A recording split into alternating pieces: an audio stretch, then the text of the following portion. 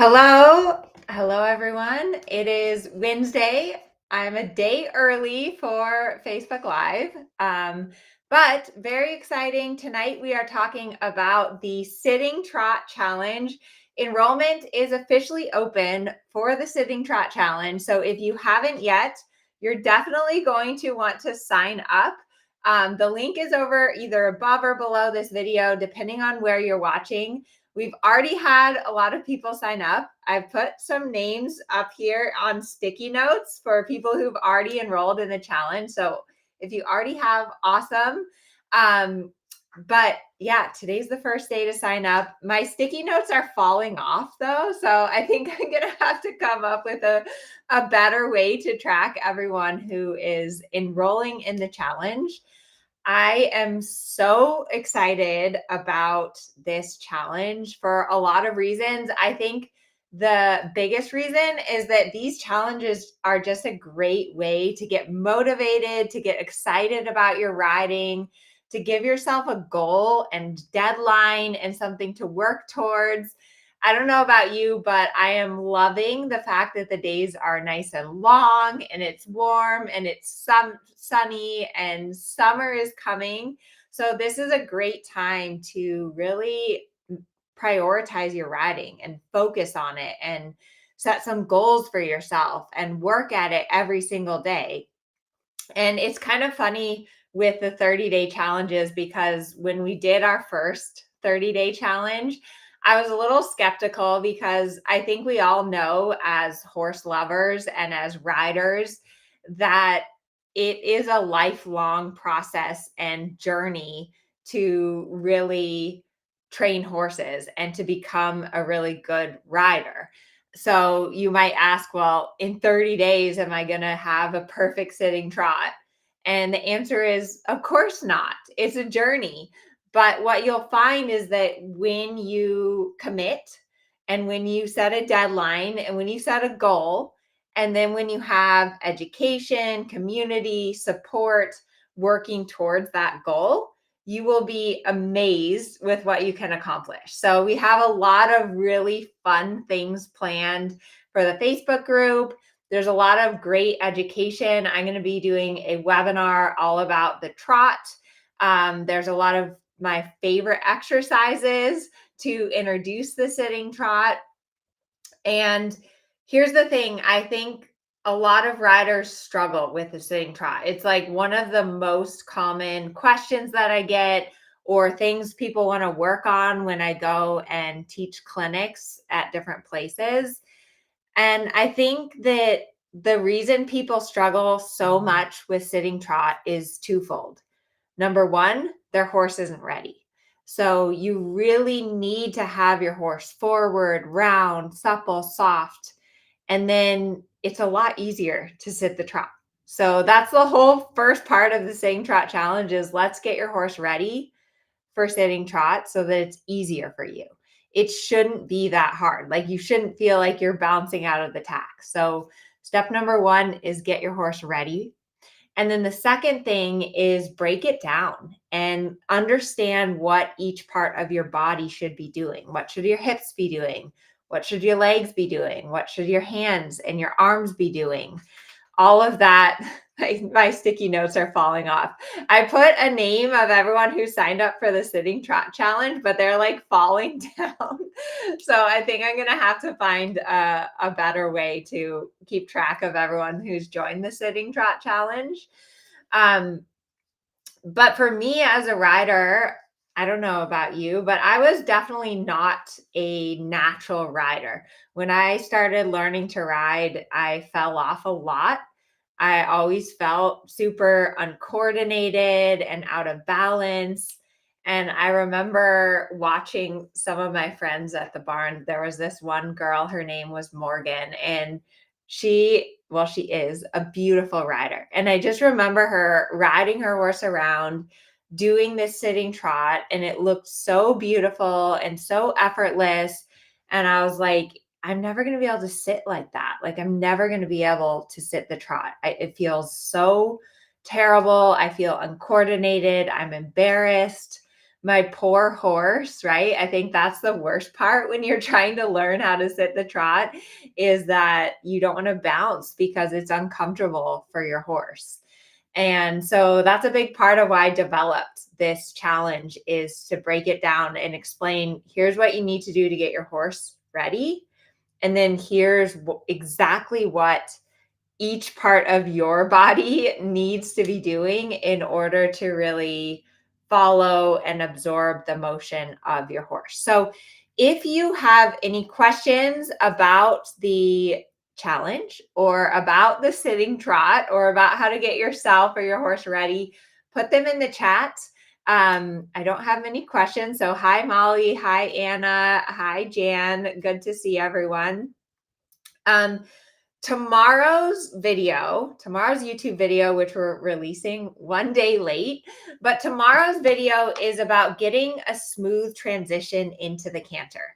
So if you're wondering what the secret is to have a nice transition into the canter, I'm going to tell you that it is the sitting trot. So there is a reason that when it comes time to canter, that your trainer says, all right, sit the trot, and then ask your horse to canter. And the reason that you want to sit the trot to go into the canter is twofold. Number one is because it gets your seat connected with your horse's motion. So that's a big advantage of sitting trot is that in posting trot, your weight is inconsistent because you're going out of the saddle and then into the saddle and out of the saddle and into the saddle. In sitting trot, you're always feeling your horse, and your horse is always feeling the consistency of your seat. So you always want to sit the trot before you ask for canter. The other reason that it's important to sit the trot before you ask the canter, this gets a little technical. So if I'm going to lose you in this description, just know that sitting trot really helps your canter transition. But here's the thing, when you're in posting trot, you really can only put your leg on your horse effectively when you are in the down phase. So try this out next time when you're riding your horse. When you're doing your posting trot, notice how it's a lot easier to put your leg on when your bum goes in the saddle. If you try to apply your leg when your seat is out of the saddle, it's really awkward and it's really hard to do. So in posting trot, you really can only put your leg on when your seat is in the saddle. And that means if you're in posting trot and you try to ask for canter, your timing is off. We always want to ask for canter when the outside hind leg is on the ground, because that's when the horse can push their other three legs off the ground and get into the canter. So in order to ask for canter with the correct timing, you need to sit the trot before you ask for canter. Stay tuned for tomorrow's YouTube video because I talk through it while I'm riding and I really show you the difference in trying to go posting trot into canter versus sitting trot into canter. So that's another reason that you should join the sitting trot challenge. If you haven't yet, the link is above or below. If you are a Strides member, lucky for you, you get automatic enrollment into the sitting trot challenge. There is a fitness bonus package, which if you're in Strides, you'll have to purchase that separately. And we are giving away $10,000 to the top 10 transformations. So that's really exciting. Everyone's, if you want to, you can submit video at the beginning and at the end of the challenge. I go through a lot of videos and then we'll pick out the top 10 transformations and give away some prize money. A couple of other things about the sitting trot challenge. One is that when you see a rider sitting the trot, it looks like they're sitting perfectly still. So I don't know if you've ever seen like a really good rider and you're just like, oh my gosh, how are they so still? But the secret to sitting trot is that you actually have to move a lot. And so that's why a lot of riders bounce is because they try to sit still. And if you try to sit still, you're no longer moving with the motion of your horse, which means that you're going to be bouncing. So this is what we call the illusion of stillness. When you're in the sitting trot, your hips need to move, your ankles need to move, your elbows move a little bit. So all of those hinges in your body really need to move and coordinate to go along with the motion of your horse. And that's how you get the impression that it looks like you're sitting still, but you're actually not. You're actually moving a lot with your horse. And sitting trot is a skill. It's definitely something that, let me know if you're watching here live, but I don't know of anyone who just started out with a perfect sitting trot seat, or none of us started out knowing how to ride well. So it's definitely a skill that you have to learn and you have to develop, and you really need to do it in the correct way, because your horse is not a piece of gym equipment. And so what I mean by that is that when you're working on doing sitting trot, it's really about quality over quantity. So you're better off to sit the trot for a shorter period of time so that you develop the correct muscle memory for yourself and for your horse, and then do rising trot again and then come back to it. The other thing, if you're sitting here and you're like, oh my gosh, Amelia, like I'm nowhere near ready to sit the trot. I hate sitting the trot. It hurts me. I'm never going to sit the trot. I just no, because I know that some of you are like that about the sitting trot. And I totally feel your pain.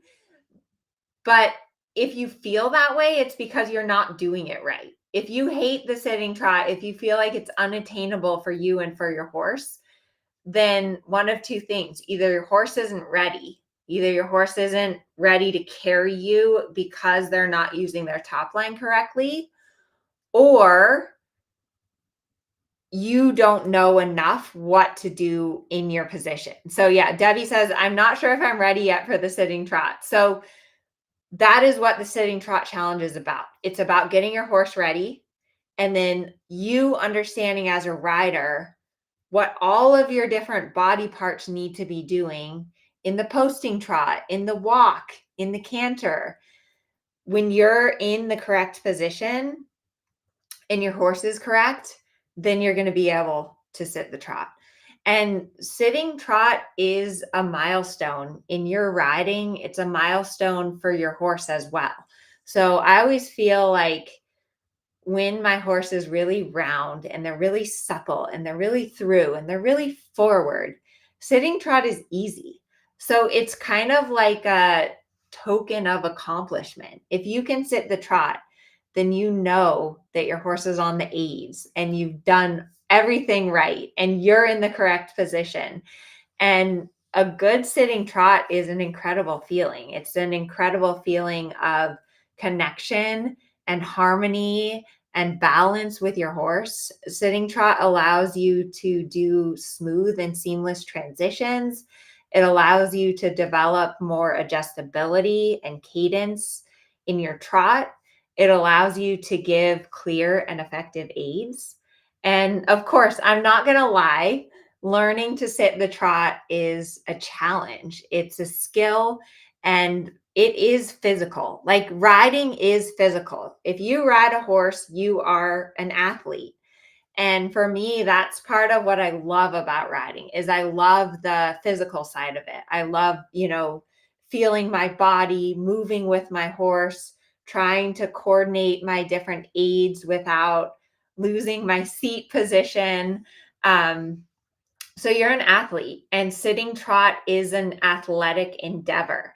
Still to this day, my horse Harvey, he has a really bouncy trot. And I remember when I first got Harvey, I was just like so out of breath trying to sit his trot. My legs hurt, my core hurt, my abs hurt. And I was like, oh my gosh, I am going to have to get in better shape to sit Harvey's trot. And it was great. I mean, it motivated me. I went to the gym, I got my legs stronger, I got my core stronger.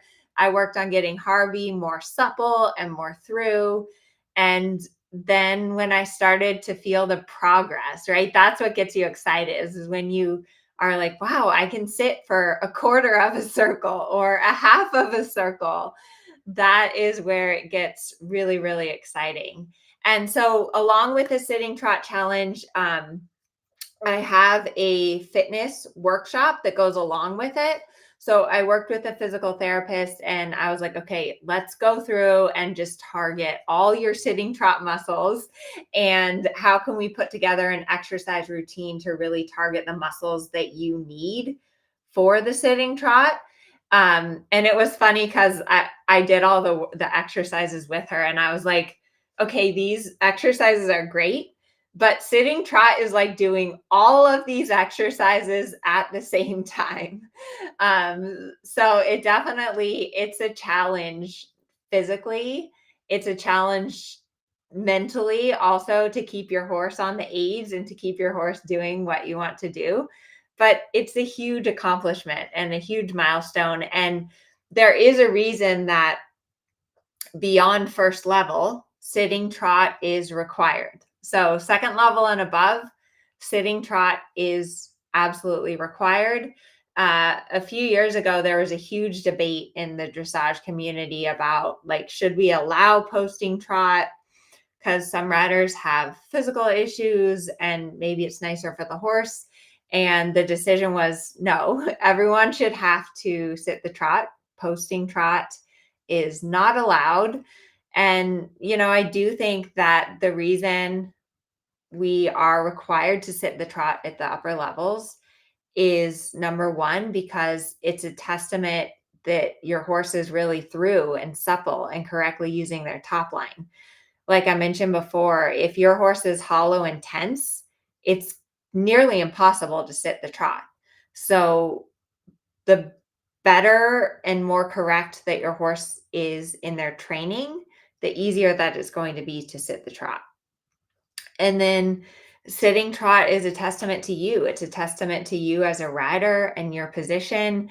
And ultimately, the sitting trot, it allows you to feel your horse more. It allows you to feel more connection with your horse, to feel what your horse's back is doing, to give aids in the correct timing. For example, if you're doing a leg yield or if you're doing a shoulder in, it's much easier to influence the inside hind leg when you are in the sitting trot versus in the rising trot. It's a lot easier to coordinate transitions within the trot if you're in sitting trot. So, all those reasons, go ahead, let me know in the chat. We're also doing a little contest about a sitting trot tip. So, if you've gotten a tip that has really helped you with your sitting trot, I would love to hear it in the comments. I'm also going to see if anyone has signed up for the sitting trot challenge since I've been doing this. Okay, I see Hannah just signed up for the sitting trot challenge. Awesome. Emma just signed up for the sitting trot challenge. Fantastic. There is a link above or below, and the challenge officially starts May 1st. So you have some time. I recommend joining now so you have time to look at the calendar, to start looking at the content. There's a journal so that you can really map out and plan for the 30-day challenge. If you're in strides, you already have access to the content. So let's see. Debbie says, right now we are working on a fast working trot towards canter. So the timing might be perfect. Awesome. Good for you, Debbie. So yeah, if you're like just working up to cantering, if you're not doing a lot of canter yet, I definitely recommend practicing a little bit of sitting trot. Like I said, quality over quantity, but a little bit of sitting trot is going to help to develop your seat so that when you go into the canter, you're better able to follow the motion of your horse in the canter. So Ellen says, I've been having trouble transitioning from a trot to a canter. Our transition from a walk to canter is perfect. I've come to realize it's probably due to my problem sitting the trot when I'm ready to ask for that canter. Yes, Ellen, it probably is. So again, one thing when you're working up towards the sitting trot is start small And that's really what I teach inside of the sitting trot is number one, let's get our horses ready before we try to sit the trot so it's comfortable for them. And then start by just doing 3 or 4 strides of sitting trot and post before you start bouncing. So I think that should definitely help you. So Chris says, be a sack of potatoes. Okay, that's a good tip. Nicole says you should feel as though you're kneeling in the saddle. Yes, another good one. Okay, so you're going to sign up for the fitness part. Awesome. Debbie's in. Yay. Push my saddle up the withers, and also for me to move my belt buckle. Yes, moving your belt buckle. That is a really good visual for the sitting trot. That definitely helped me learn how to sit the trot. Let's see. Jennifer says we're just starting second level movements and have started to work on sitting trot. My horse has bigger movement, so it's a challenge. Yeah, definitely. If it's like some horses are easier to sit than others, and that's just how it is. But if your horse has a lot of suspension and a lot of movement, it definitely can be a little harder. I have one horse in my barn, and I always say he's like a full body workout. His trot is actually really nice because it has a lot of suspension and kind of loft in it, but it's a core workout to sit his trot. But again, the more through and connected and active that your horse is, the easier it's going to be to sit their trot. It's just as simple as that.